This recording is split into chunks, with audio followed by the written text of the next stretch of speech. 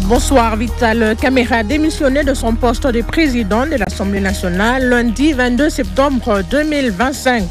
Dans son discours de démission devant ses collègues députés, Vital Kamerhe a rappelé qu'animé par la conviction de l'amour de la patrie, il a œuvré activement pour l'avènement d'une alternance pacifique dans le pays en soutien au chef de l'État Félix Tshisekedi Tshilombo. Toutefois, il a déploré que les débats autour de la possible destitution de certains membres du bureau de l'Assemblée nationale aient occulté les véritables défis prioritaires auxquels la RDC est confrontée. Ces défis, a-t-il insisté, sont ceux qui cristallisent les attentes du peuple et donnent à l'action politique toute sa substance patriotique. Commentant la démission de Vital Kamerhe, certains députés pétitionnaires estiment que cette démission est une fuite du débat et du vote en plénière car elle équivaudrait à une reconnaissance des griefs formulés contre lui.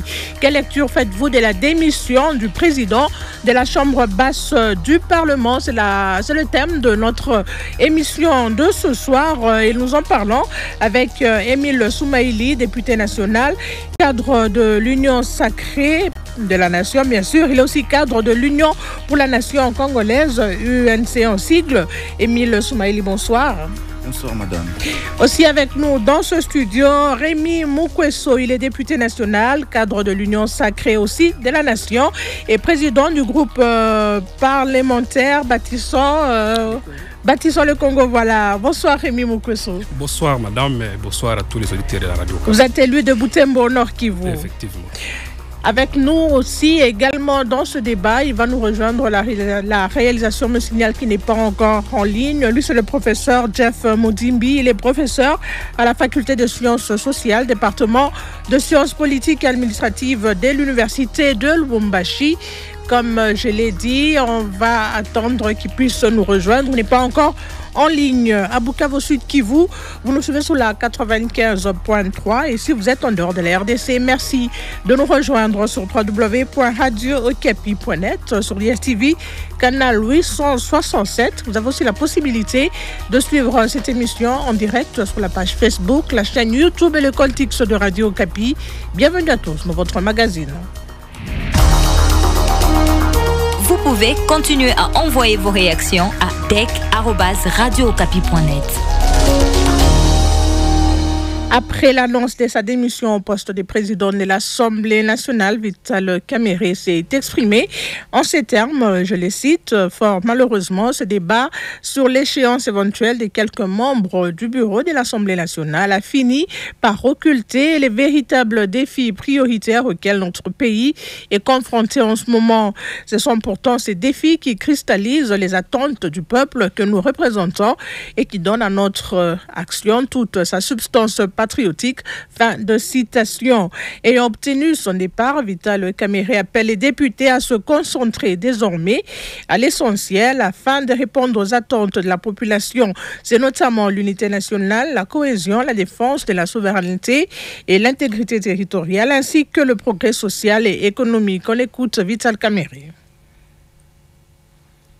Mieux que quiconque, porté par la conviction et l'amour de la patrie, j'ai activement œuvré à l'avènement d'une alternance pacifique dans notre pays et en faveur de son Excellence, M. Félix Tshisekedi Tshilombo, président de la République et chef de l'État. Aujourd'hui, je me réjouis de constater que nombreux de ceux qui ont rejoint cette conviction que nous étions si prêts à partager à son temps, celle d'une refondation de notre État autour du président Félix Antoine Tshisekedi Tshilombo. J'ai consacré l'essentiel de ma vie à la recherche de la consolidation de la paix, ainsi qu'à l'amélioration des conditions de vie de notre population. Je voudrais vous rassurer, je ne suis animé ni de colère ni de ressentiment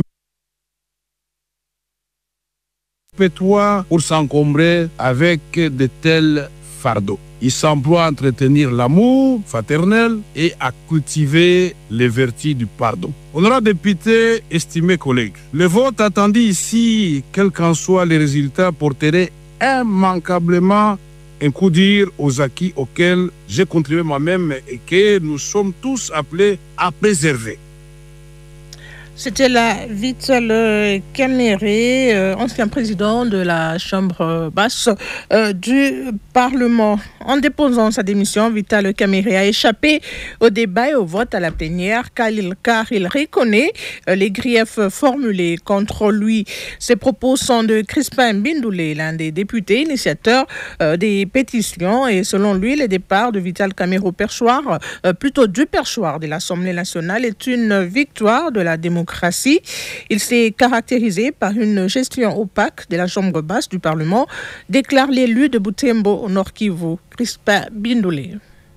Moi, je peux dire qu'il a fui les combats parce qu'il disait que tous les griefs que nous avions soulevés dans notre pétition n'étaient pas vrais. Nous aurions voulu l'affronter et nous aurions voulu soumettre notre pétition au vote. Je crois que nous nous félicitons parce que celui qui démissionne reconnaît ses fautes. Avant cela, il avait présenté pardon. C'était un signe d'aveu. Donc, nous demandons aux députés, acquis au bon sens, de continuer la lutte. Ce n'est pas encore fini parce que nous devons instaurer les contrôles parlementaires maintenant.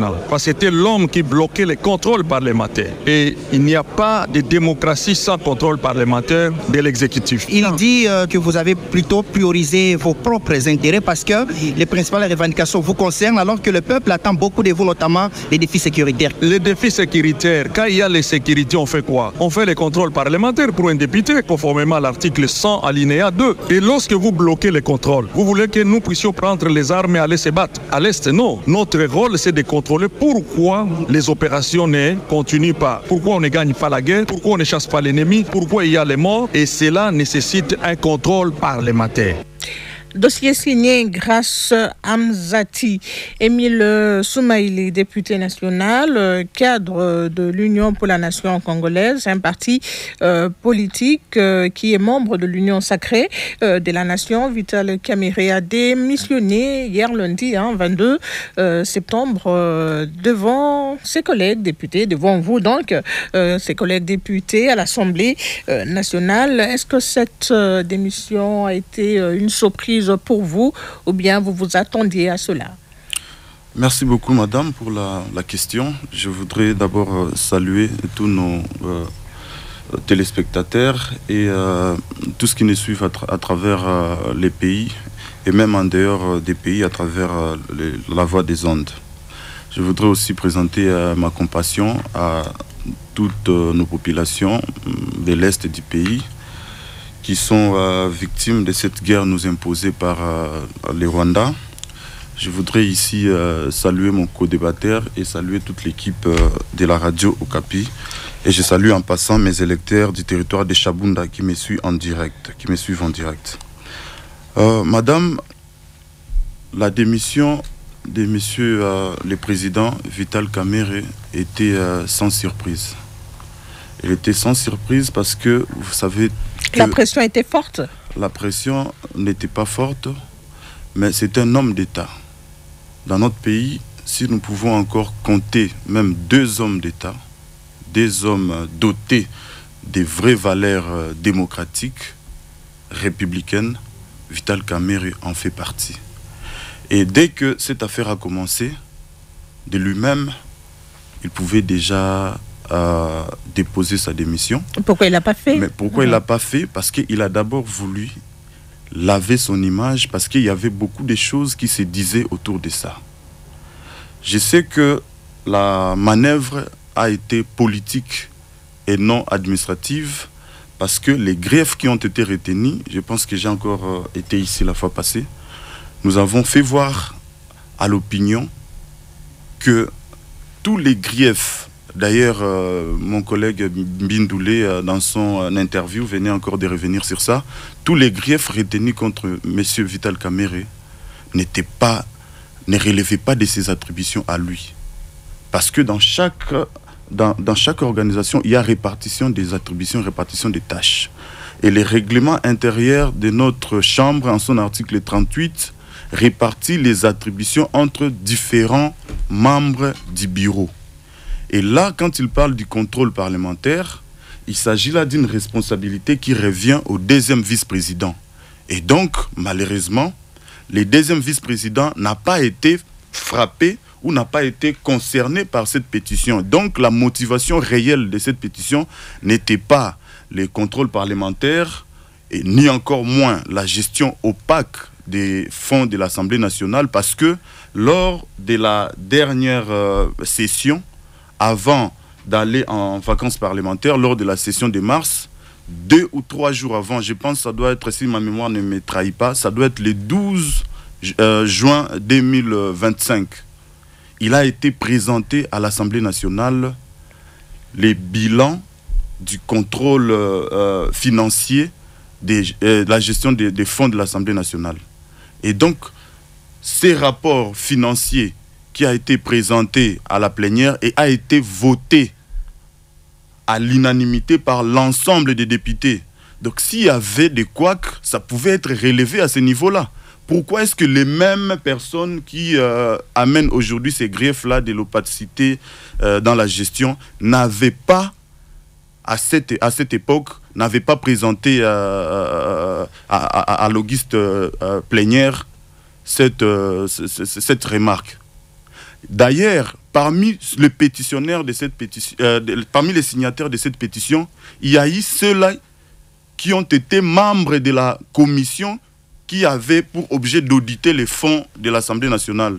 Parmi les pétitionnaires, il y a eu même ceux-là qui étaient dans les bureaux de cette commission-là qui a rédigé ces rapports financiers qui a été validé à l'unanimité. Mais à notre grande surprise, 3 mois après les vacances parlementaires, nous revenons et en trouvant une pétition dans laquelle les griefs principales consistent à fustiger l'opacité dans la gestion de la chose publique. Ça, vous allez comprendre que la motivation était ailleurs. Et Vital Kamerhe, c'est un politicien vertébré. Ayant compris tout cela, il a d'abord voulu apporter la lumière sur toute la ligne et sur tous les griefs qui lui ont été, retenus contre lui. Certains estiment que cette démission est une fuite face aux accusations, notamment les pétitionnaires qui le disent. Il devait rester pour répondre aux accusations contre lui. Ce qu'il a fait, c'est une fuite en avant. Madame la journaliste, nous devons apprendre à dire la vérité à notre population. Monsieur Vital Kamerhe est parmi les politiciens qui savent s'humilier, parce qu'avant tout, c'est un chrétien. Il a accepté, malgré son rang, d'aller se présenter. C'est pour la toute première fois dans l'histoire politique de notre pays qu'un président de la Chambre basse du Parlement, la 2e institution du pays, aille se faire auditionner par ses pairs au sujet des griefs qui ont été retenus contre lui. D'ailleurs, l'honorable Bindoulé qui fait allusion à la fuite à l'avance. Mais lorsque la commission a voulu mettre en face les 2 parties, le président Vital Kamerhe, l'accusé, et les pétitionnaires, d'autre part les accusataires. Mais la partie des accusataires a fui les débats contradictoires. Parce que le président Vital Kamerhe est venu à la commission avec toutes les preuves qui prouvent son innocence dans toutes les accusations qu'on a portées contre lui. Mais c'est la partie des accusataires qui a plutôt fui les débats. Il faut quand même qu'on dise la vérité à notre population. Il faut qu'on apprenne à dire la vérité à notre population. Et je l'avais encore dit ici, que mon co-débatteur est en face de moi, que les griefs majeurs concernant, par exemple, la prise en charge des députés, mais ça a déjà été rencontré par le bureau. Les restes là, quand on nous parle du règlement financier de l'Assemblée nationale, les derniers règlements financiers de l'Assemblée nationale datent de quand? Pourquoi sous Aubin Minakou, il n'y avait pas un règlement financier? Sous Janine Mabunde, il n'y avait pas un règlement financier. Sous Mbosso, il n'y avait pas de règlement financier. Donc c'est seulement avec Vital qu'il faut avoir rapidement un règlement financier. Mais la démission, est-ce que c'était la seule issue pour Vital Kamerhe? Oui, mais l'issue de la démission, c'est une issue honorable. C'est un homme d'État. Il a juste voulu, comme je l'ai dit tantôt, il a juste voulu faire voir à la face du monde que contrairement à cette campagne de diabolisation qu'on a lancée contre lui, contrairement à toutes les invectives, tous les mensonges qui sont proférés contre lui, il est innocent et il a réussi à présenter devant la commission. Vous savez déjà que la messe était déjà dite. Nous savions déjà que la messe était dite, mais il fallait que la population sache la vérité sur ce qui s'est passé, sur la motivation qui était derrière cette initiative de pétition. Et voilà ce qu'il a fait. Et un homme d'État, un homme républicain, il n'a pas voulu pour sa propre personne, parce que vous allez remarquer que ça fait des semaines maintenant que toute l'attention des honorables députés, de toute la classe politique et même de toute la société congolaise était concentrée sur la pétition Vital Kamerhe, alors qu'il y a des défis majeurs à relever dans notre pays. Est-ce qu'on peut dire qu'il n'a plus la confiance de cette affaire commençait à occulter les défis majeurs auxquels notre pays fait face. Est-ce qu'on peut dire que Vital Kamerhe n'a plus la confiance de l'Union sacrée? Vital Kamerhe est sociétaire de l'Union sacrée. Il est sociétaire de l'Union sacrée, son parti est de l'Union sacrée, il a la confiance de l'Union sacrée. C'est juste et le parti va demeurer dans l'Union sacrée malgré cette Nous sommes de démission? l'Union sacrée parce que nous sommes les premiers partenaires du chef de l'État. Pendant que les autres n'étaient pas là, pendant que les autres ne croyaient pas en lui, pendant que les autres l'insultaient même dans les médias, pendant que les autres les dénigraient, l'INC a cru en lui, Vital Kamerhe l'a porté, Vital Kamerhe l'a accompagné avec son parti, Vital Kamerhe a signé un partenariat avec les chefs de l'État, et donc Vital Kamerhe reste le partenaire fidèle du chef de l'État. Et nous sommes dans l'Union sacrée. Rémi Moukwesso, vous êtes député national, cadre de l'Union sacrée, la nation, président du groupe parlementaire Bâtissons le Congo. Vous êtes élu de Butembo au Nord Kivu. Comment vous commentez la démission de Vital Kamerhe alors qu'on l'attendait à la plénière pour le vote? Oui, merci Madame la journaliste. Je tiens aussi à saluer les co-débatteurs, les collègues Soumaïli, sans oublier mes électeurs qui sont au Nord Kivu, qui traversent des moments difficiles. La semaine passée, on avait égorgé autour de sa personne. Et quand nous sommes d'appareilles occasions, il faut toujours rappeler que l'Est du pays a besoin de la paix. Effectivement, à l'Assemblée nationale, nous faisons face à une crise. C'est une crise. Mais nous n'oublions pas qu'à l'est du pays, rien ne marche. C'est ça cela qu'avant même qu'on dépose la pétition, j'avais introduit une question écrite pour interpeller le VPM de la Défense sur les tueries qui s'étaient passées à Beni. Et vous savez, le Nord Kivu ne fait pas face seulement de M23, mais le Nord Kivu fait aussi face de Zadef Nalu, qui depuis pratiquement 10 ans continue à tuer les paisibles populations.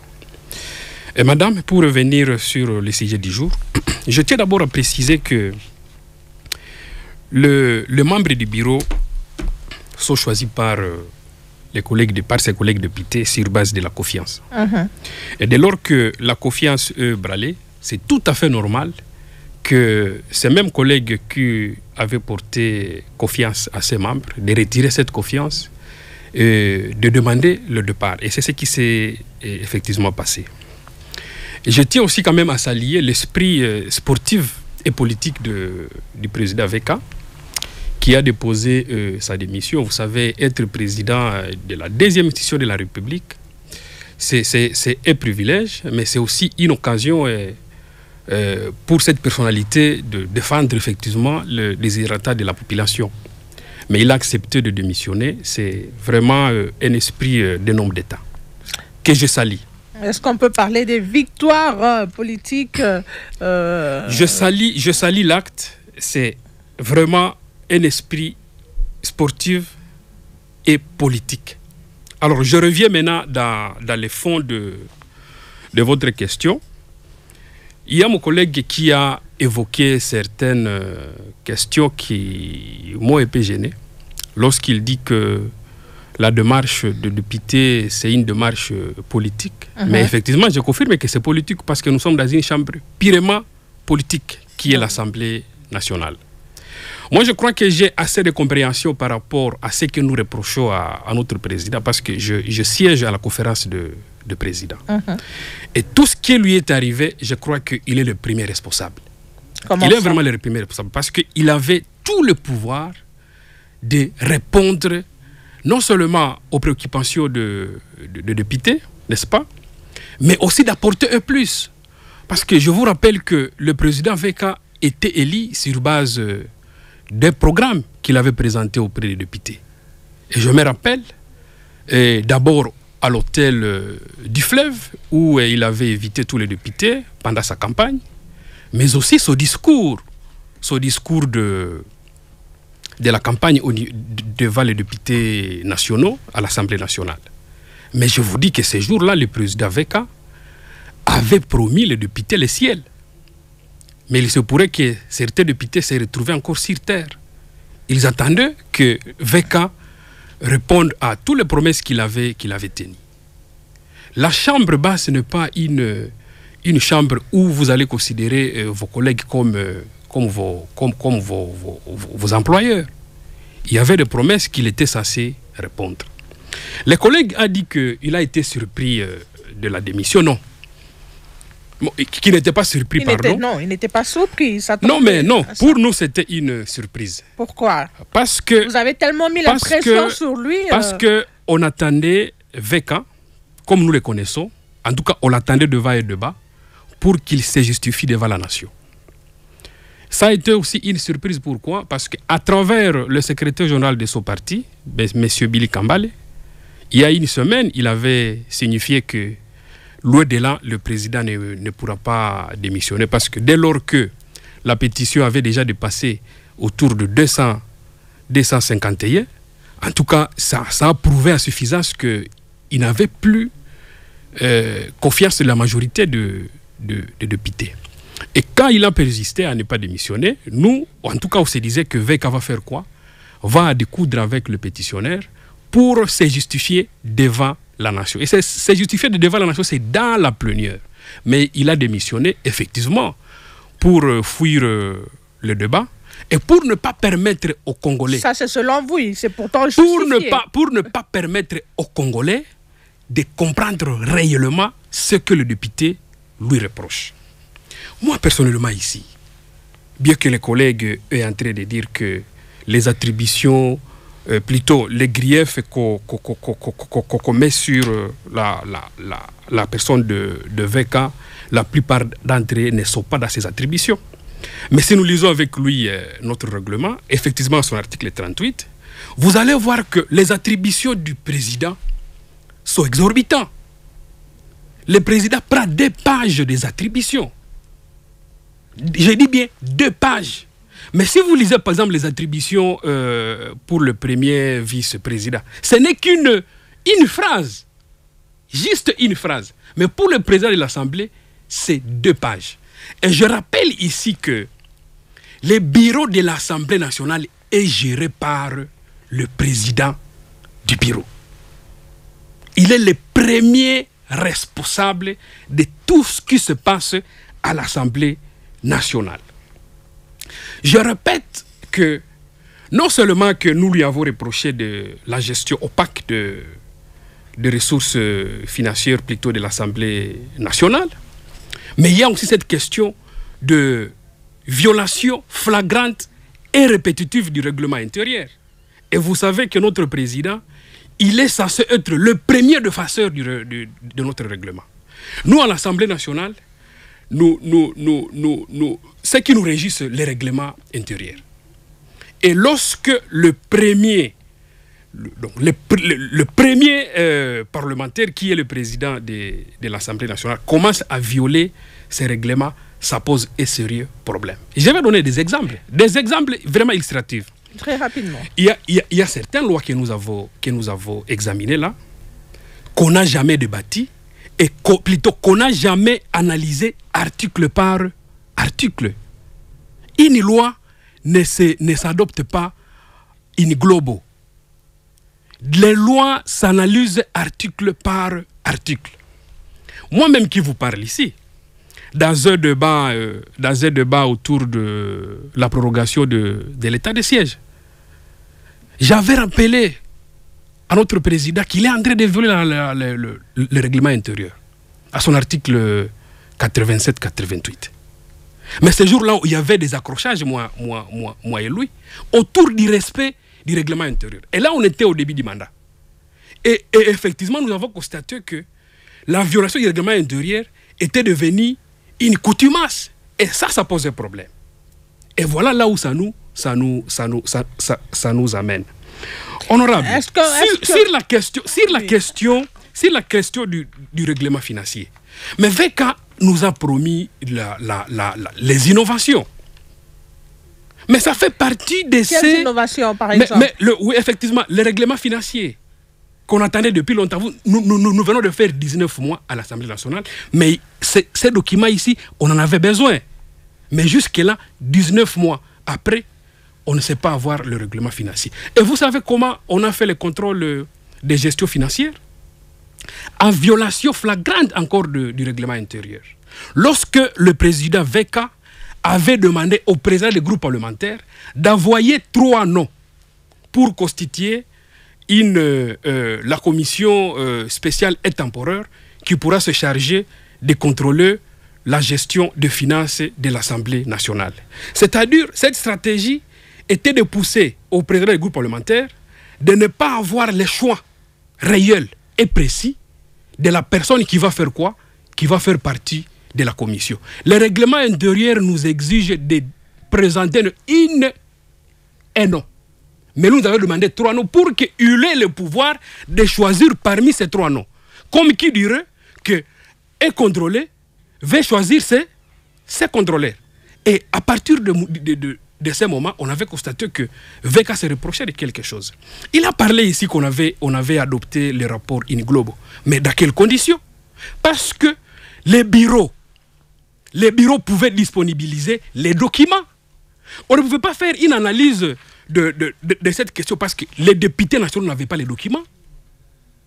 C'est comme ça qu'on ne savait pas faire le débat parce que les bureaux avaient refusé de distribuer les rapports de cette commission aux députés. Et ça, ce sont des mauvaises pratiques. Dès lors qu'ils refusent à distribuer les rapports aux députés, c'est qu'ils se reprochaient de quelque chose.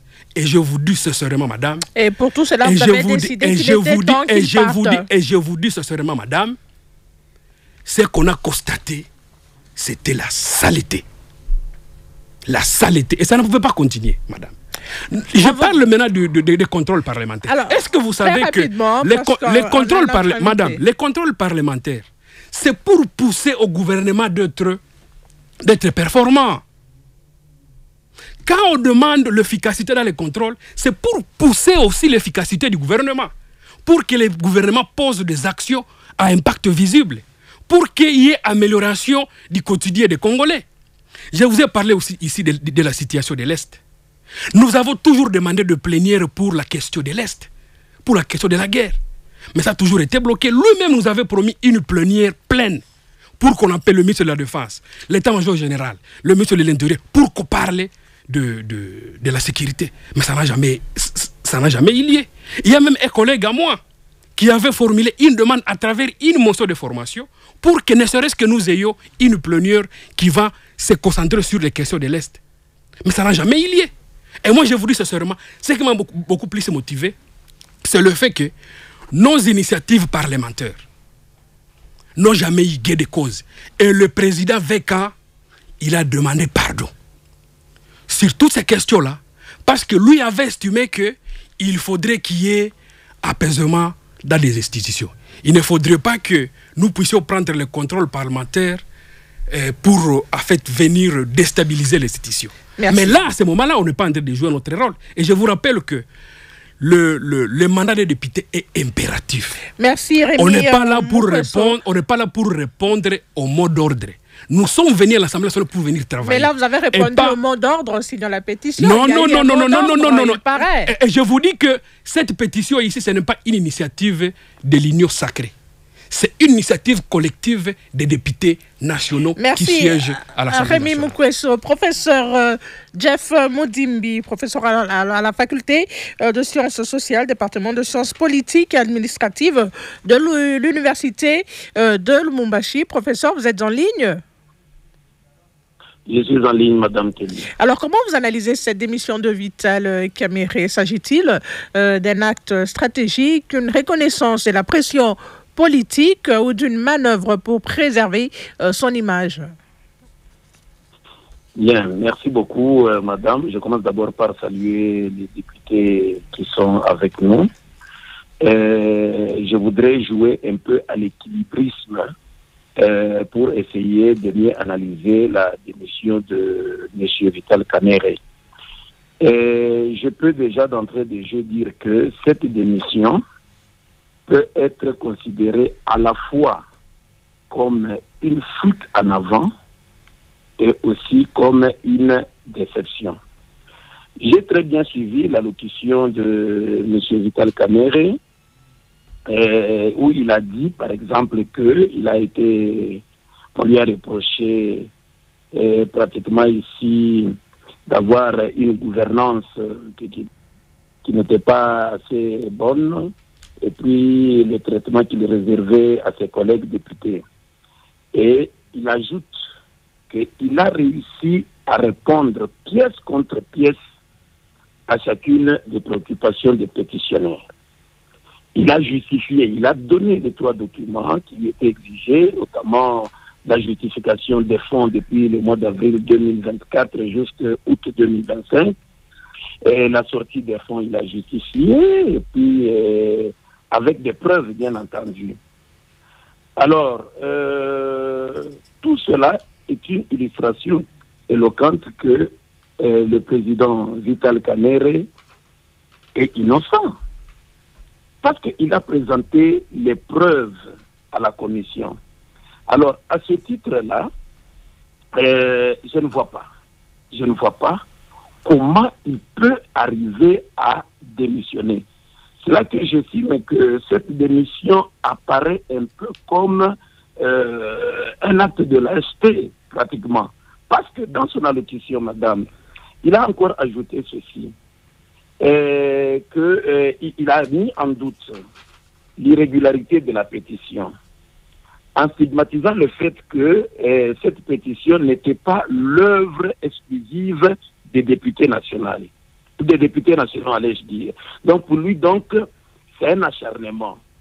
Alors, la qualité de chaque signataire devait être indiscutablement établie au lieu de se contenter du seul critère lié au quorum.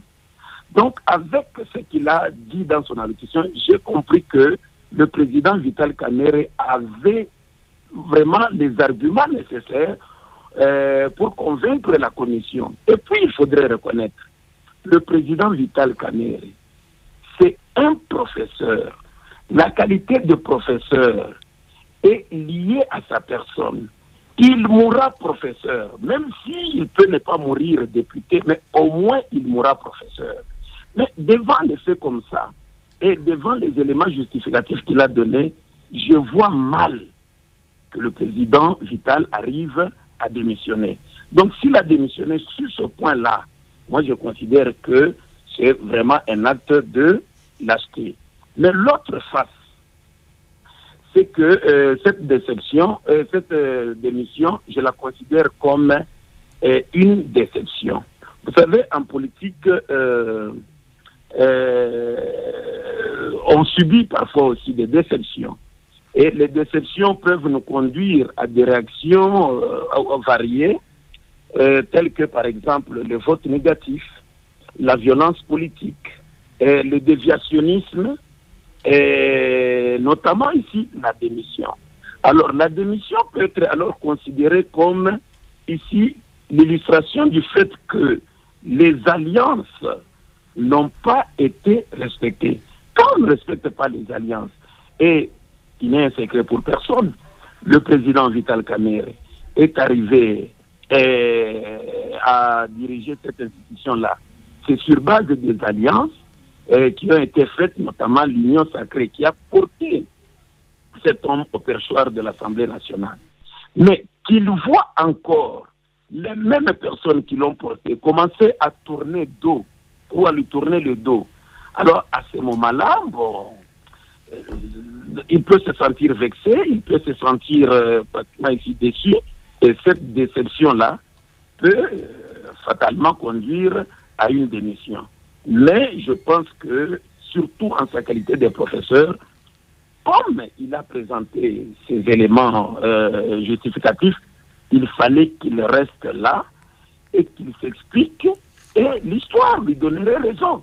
Plutôt que de démissionner, maintenant là, il laisse la population congolaise dans la spéculation. Pour certains, c'est un acharnement, pour d'autres, c'est une fuite en avant, parce que, comme on le sait déjà, en politique, hein, si réellement il est arrivé nous sommes arrivés à une démonstration évidente, soit de la mauvaise gestion du président Vital Kamerhe, là, ce serait une honte, non seulement pour la personne de Vital Kamerhe, mais aussi une honte pour toute la nation congolaise. Alors, la voie noble que l'on exige serait tout simplement de demander à la personne de démissionner, comme pour dire que non, c'est un acte de bravoure, alors il a rendu les tabliers. Alors, professeur... Voilà un peu...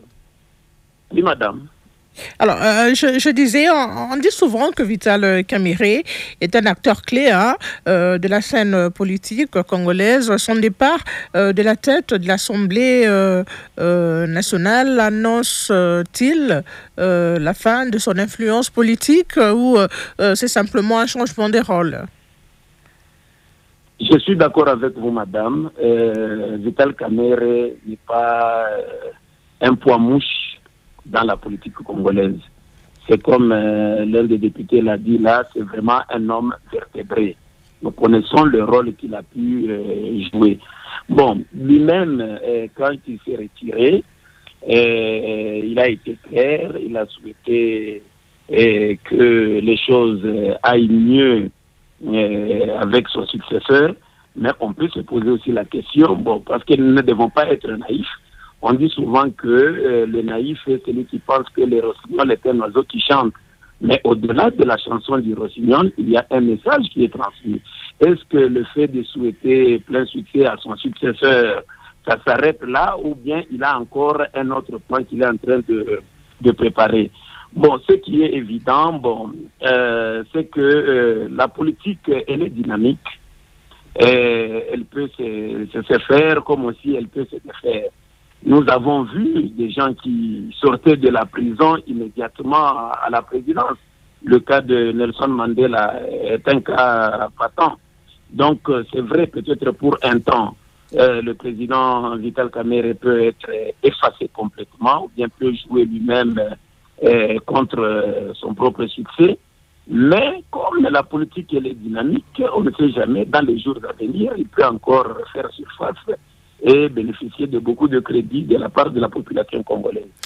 On va ouvrir notre standard pour écouter les points de vue de ces auditrices et auditeurs de Radio Okapi qui nous suivent de partout. On va prendre d'abord l'auditeur de Kinshasa qui est déjà en ligne. Voilà, on va l'écouter et puis on revient pour la suite de l'émission. Maître Alphonse Timothée Tchefou, depuis la ville-province de Kinshasa. Je pense que Vital Kamerhe, étant conscient de son sort, il a préféré jeter l'éponge. Son départ traduise qu'il ne bénéficiait plus de la confiance du chef de l'État, car il a été le candidat du chef de l'État. Et n'ayant pas travaillé dans la vision du chef de l'État, jouant aux équilibristes, aux enjeux de l'air, il devenait un obstacle pour les enjeux à venir. Cependant, parler de la cause nationale, de l'amour, de la patrie et des défis qui cristallisent les attentes du peuple, que quand on est coincé à démissionner, est une grande distraction. Or, vous aviez détourné le fonds qui devrait améliorer les sociétés de ce peuple.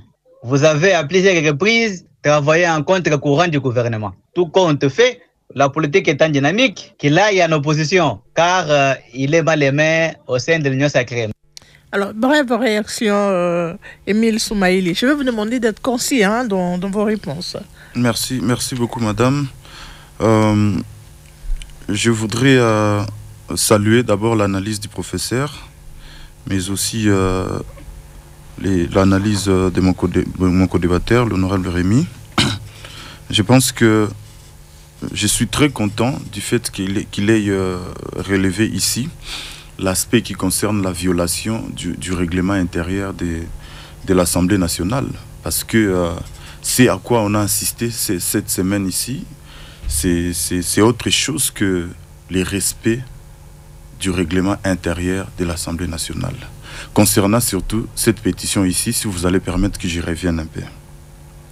D'abord, partant des griefs retenus contre les membres du bureau, les pétitionnaires n'ont pas si orienté les véritables griefs aux personnes qui devraient assumer réellement ces responsabilités-là. Je venais de le démontrer ici que chaque membre du bureau a ses responsabilités respectives et propres à lui au sein du bureau. Deuxièmement, la pétition est passée en plénière avant celle-ci où le président Kamere a déposé sa démission. On a commencé par valider en violation du règlement intérieur de l'Assemblée nationale, alors que le règlement dit que la pétition devrait d'abord être examinée sur la forme et sur le fond au niveau de la commission avant sa validation en plénière. Et ils ont commencé par faire valider d'abord la pétition en plénière avant son examen en commission. Ça, c'est déjà une irrégularité grave. Deuxièmement, il est dit à l'article 31 de notre règlement intérieur que lorsque le président de l'Assemblée nationale fait face à une pétition ou si un autre membre du bureau a été frappé par une pétition, dans tous les deux cas, il faut qu'une commission spéciale soit mise en place. Et donc, pour les cas d'espèce, comme 5 membres du bureau de l'Assemblée nationale sont frappés par des pétitions, parce qu'il faut rappeler ici à nos auditeurs que... Il fallait 5 commissions, c'est ça? Oui, il faut rappeler à nos auditeurs que les pétitions au niveau de l'Assemblée nationale sont individuelles. Et donc, il fallait 5 commissions spéciales pour entendre chacun des membres du bureau. Mais cela n'a pas été fait. On a mis en place une seule commission pour auditionner tous les membres du bureau.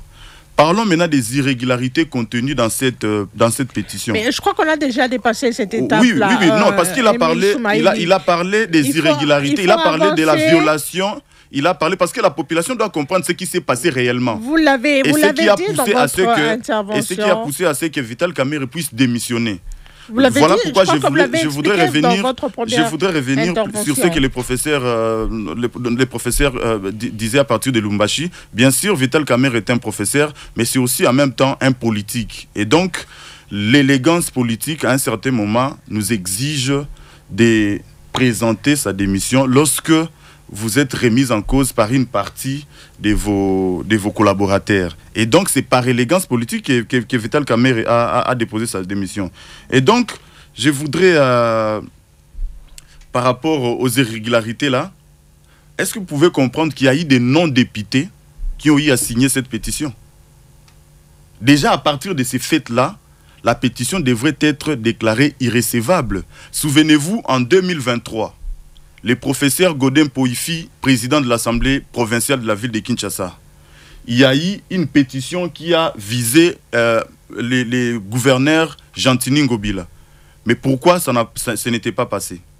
C'est parce qu'il y a eu une fausse écriture. Et ça a été déclaré irrecevable. Mais maintenant, pourquoi pas pour les cas d'espèces, les cas qui concernent le président Vital Kamere, qui est assez flagrant. Un non-député, un membre du bureau, un membre des cabinets d'un membre du bureau qui fait signer à son collaborateur la pétition. Il y a eu des fausses signatures. Les fausses signatures, parce que nous nous sommes basés sur les spécimens des signatures qu'on avait déposées au début de la législature. Ils ne font pas allusion à tout ça. Et c'est toutes ces preuves-là mises ensemble qui ont poussé à donner la possibilité de conclure que cette initiative avait une autre motivation cachée. Est-ce que pensez-vous qu'il sera à l'aise? Voilà pourquoi par élégance politique, le président Kamere a déposé. Vous savez qu'il dans les signataires de cette pétition, nous avons retenu 5 principales irrégularités qui déjà au niveau de la commission devraient être prises en compte, mais la commission n'a pas tenu compte de toutes les remarques, de toutes ces irrégularités-là que le président Kamere a déposées. Vous voyez? Merci. Seulement avec les cas de non-députés, la pétition-là devrait déjà tomber. Mais ils n'ont pas voulu en tenir compte. Donc, il y avait une autre motivation derrière ça. Merci. On va aller à Bukavu pour écouter notre auditeur qui est en ligne. Maître Yannick Mouloumé Nyamugusha depuis la ville de Bukavu. La démission de l'ex-président de l'Assemblée nationale, Vital Kamerhe, n'est pas une faiblesse, encore moins une fuite de débat. Vital Kamerhe a donné le meilleur de lui-même. Comment expliquer une pétition qui était entachée de plusieurs irrégularités puisse être maintenue et faire débat? En droit, il est de principe, la fraude corrode tout. Dans la mesure où ces irrégularités ont été dans la pétition, on allait assister au rejet de la dite pétition, mais comme la messe a été dite, ce dernier a jugé beau de démissionner en lieu et place de subir les humiliations sans précédent et qui ne dit pas son nom. Aujourd'hui, Vital Kamerhe est parti, mais l'ennemi ne cesse de conquérir les localités et territoires. Quelle était l'urgence entre la pétition et gagner la guerre? Le président de la République, en tant que garant des beaux fonctionnements des institutions, n'allait pas laisser le feu s'enflammer dans la chambre basse du Parlement. Son silence témoigne qu'il participait indirectement à cette déchéance. Rémi Mukweso, quelle était l'urgence de la pétition? Alors que ça brûle dans la partie Est, vous ici, vous vous battez pour le départ de Kamerhe. Je ne voudrais pas qu'on associe le problème interne de l'Assemblée nationale aux questions de la sécurité. Parce que Kamerhe a fait autant de mois. Il avait tout l'état d'aider le pays pour que nous puissions retrouver la paix. Je rappelle ici qu'il y a 24 heures qu'il a démissionné. Mais nous venons de passer avec lui autour de 18 mois. Il a été président de l'Assemblée nationale. Il avait tout le pouvoir d'entreprendre des initiatives pour aider le gouvernement à poser des actes sur terrain à ce qui concerne la question de la sécurité. Comme je vous ai dit tantôt, le président Vital Kamerhe, qui est la deuxième personnalité de ce pays ici, parce que c'était lui qui était le président de l'Assemblée nationale, la deuxième institution de notre pays. Il avait tout le pouvoir de nous amener la première ministre sur la question de la sécurité. Il avait tout le pouvoir de nous amener le ministre de la Défense pour venir nous expliquer pourquoi ça ne marche pas. Il avait tout le pouvoir d'entreprendre des initiatives ou d'encourager les initiatives de députés pour que nous puissions pousser le gouvernement à poser des actes. Mais il ne l'a pas fait. Mais quand on demande des comptes à Vital Kamerhe, on est en train de brandir cette question de la sécurité. Non. Moi, je voudrais qu'on dissocie les deux éléments. C'est une démarche collective des députés nationaux qui lui avaient donné confiance et ce même député lui a retiré confiance. Donc, c'est une question à l'interne au sein de l'Assemblée. Et bon, mais Vital Kamerhe va partir. L'Assemblée va rester. Et le président qui viendra, en tout cas, nous serons trop exigeants avec lui pour que, dans un bref délai, qu'on ait des propositions que nous allons présenter au gouvernement pour que cette question de l'Est trouve solution. Mais je vous dis, par exemple, pour la session passée, nous avions fait une demi-session, c'est-à-dire 1 mois et demi à la maison, on ne travaillait pas. Mon collègue est témoin. Et moi, j'ai pitié de mon collègue parce qu'il est obligé de défendre ce qui est indéfendable. Bien évidemment parce qu'il est de la famille de Veka. Mais il est conscient, mon collègue Soumaïl est vraiment conscient. Parce que nous avons discuté longuement avec lui sur des questions que je ne saurais pas peut-être évoquer ici. Il est témoin là. Madame, laissez-moi revenir sur l'article 31. Parce qu'on a évoqué les irrégularités. Et je rappelle que ce n'est pas la première pétition que nous examinons à l'Assemblée nationale. On a déjà... Moi, je suis là depuis le mandat passé. Le mandat passé, vous savez ce qui s'était passé. Kabound était parti. Mabounda était parti. L'ancien ministre de l'économie était parti. Prenons la pétition contre Kabound. Effectivement, il y avait des signatures qui posaient problème. Mais cela ne remet pas en cause une démarche collective. Je voudrais à ce que... Malgré les irrégularités... Je voudrais à ce qu'on comprenne que les droits parlementaires est régi par le règlement intérieur. À son article 31 que mon collègue a évoqué ici. Mais l'article 31 ne dégage pas de critères pour que la pétition soit recevable ou non, sauf l'essai. Et dans cet article ici, en ce qui concerne le cas du président, l'essai de recevabilité, c'est 125 députés. C'est la seule condition. Mais ici, dans les cas d'espèce, parce qu'il a évoqué qu'il y a un autre député qui a signé. Mais les autres députés là étaient auditionnés dans la commission. Et vous savez ce qui se passait, c'est que lorsqu'on avait constaté qu'effectivement il y avait un autre député, comme c'était 262 signatures,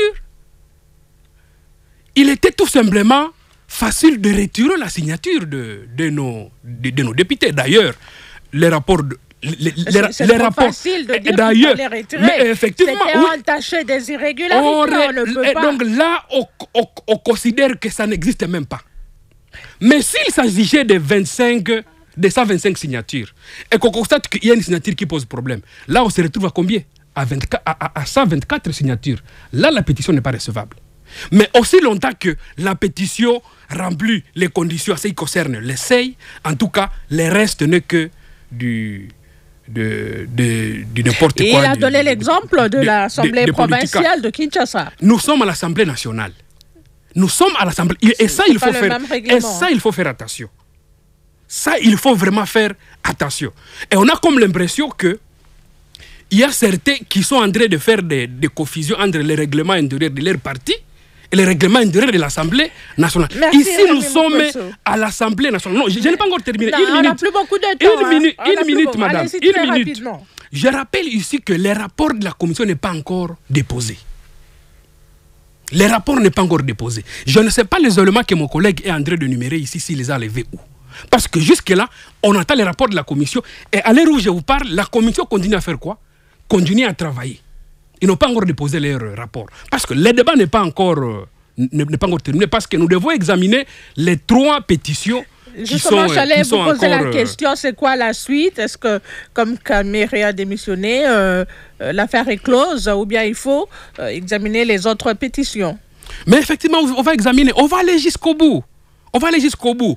On ne peut pas continuer à violer d'une manière répétitive les règlements intérieurs. Merci. Nous avons évoqué le fait de la violation flagrante de règlement intérieur par le président de l'Assemblée nationale. Nous ne devons pas encore être le premier à faire quoi? À faire violer. Donc nous allons aller jusqu'au bout. Merci beaucoup. Donc les 3 pétitions seront examinées et c'est l'IRNE qui pourra donner l'issue de ces 3 pétitions. On vous a suivi. On va prendre ce dernier auditeur qui est à Ubundu, dans la province de la Chopo. C'est Ignace Ofumba et depuis Ubundu dans la province de la Chopo. La lecture est simple à faire et à comprendre. Vital a évité à l'humiliation à son égard vu que les pétitionnaires étaient déterminés à le faire. Le faiseur du président dans notre pays n'a fait que sauver sa dignité après s'être repenti à l'ouverture des plénières de mi-septembre. Vital Kamerhe était visé politiquement pour être déchu au perchoir de l'Assemblée nationale, vu que le régime a pu constater que ce dernier était un obstacle dans leur démarche mafieuse qu'on ne peut pas préciser ici. Les hommes passent, les institutions restent, dit-on. Nous prenons acte de cette démission sous la pression politique et nous n'oublierons jamais que Vital Kamerhe est le premier président de notre chambre basse que la RDC n'ait jamais connu. Alors, ça, c'est l'avis de cet auditeur d'Ubundu, dans la province de la Chopo. Professeur, selon vous, parce qu'on me signale déjà que on n'a plus beaucoup de temps. Alors, je disais, quel est l'enjeu principal derrière ce conflit et cette démission? Je ne sais même pas s'il faut parler des conflits, ou derrière cette démission, s'agit-il d'une simple affaire interne à l'Assemblée ou d'une lutte de pouvoir plus large en RDC? Bon, merci beaucoup, madame. Je serai très bref au regard du temps nous imparti. Je pense que l'auditeur de Ubundu m'a rejoint dans une partie de mes analyses. Au regard de ce que nous venons de voir ici, je pense que nous pouvons ici rejoindre l'auteur Jean-Louis Vuillerme. Quand il analyse un système, il nous fait remarquer que le système est caractérisé aussi par la sacralité. Et cette sacralité signifie que quand on est membre d'un système, on ne doit pas se permettre de faire n'importe quoi et de n'importe quelle manière. Peut-être que l'auditeur de Ubundu a raison, parce que vous vous souviendrez, madame, que il y a eu aussi des moments où le président Vital Kamerhe s'est comporté un peu de manière gauche. Lorsqu'il y a des rencontres de l'Union sacrée, et vous apprenez que le président Vital Kamerhe a brillé par son absence, déclarant tout simplement qu'il a cours, il doit aller enseigner, mettant derrière lui ce que nous pouvons considérer comme des affaires d'État. Donc ce sont des choses aussi qui pouvaient facilement montrer que l'homme n'était plus encore dans le respect du principe de la sacralité d'un système. Donc il avait déjà peut-être pris son orientation. Et en politique, madame, le monde politique, c'est un monde d'intrigue. Les gens sont malhonnêtes, les gens se font des coups bas, on ne se fait pas tellement de cadeaux. Alors, peut-être si, parce que nous ne sommes qu'au niveau des hypothèses, cet aspect-là explique que, bon, finalement, il fallait aussi lui régler proprement les comptes. Est-ce que, professeur, très rapidement, vous pensez que cette démission aura un impact sur l'équilibre des forces au sein de l'Union sacrée? En une phrase. Hein. Je dis oui et non. Parce que ce qui est évident, il y a des gens qui sont derrière Vital Kamerhe qui peuvent facilement aussi le suivre au cas où il s'est décidé de se désolidariser avec l'Union sacrée.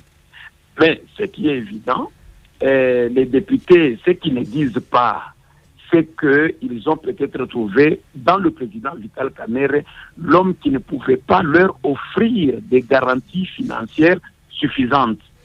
Alors, si par exemple son successeur venait et qu'il présentait même aux députés du camp de Vital Kamerhe que non, voilà comment nous pouvons aussi préserver vos intérêts, à ce moment-là, bon, Vital Kamerhe peut peut-être se voir un peu presque abandonné par certains des siens, mais ce qui est évident, l'Assemblée nationale est un système.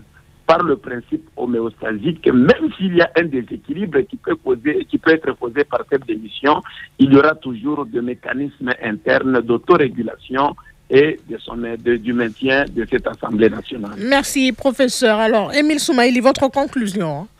Oui, en conclusion, moi je voudrais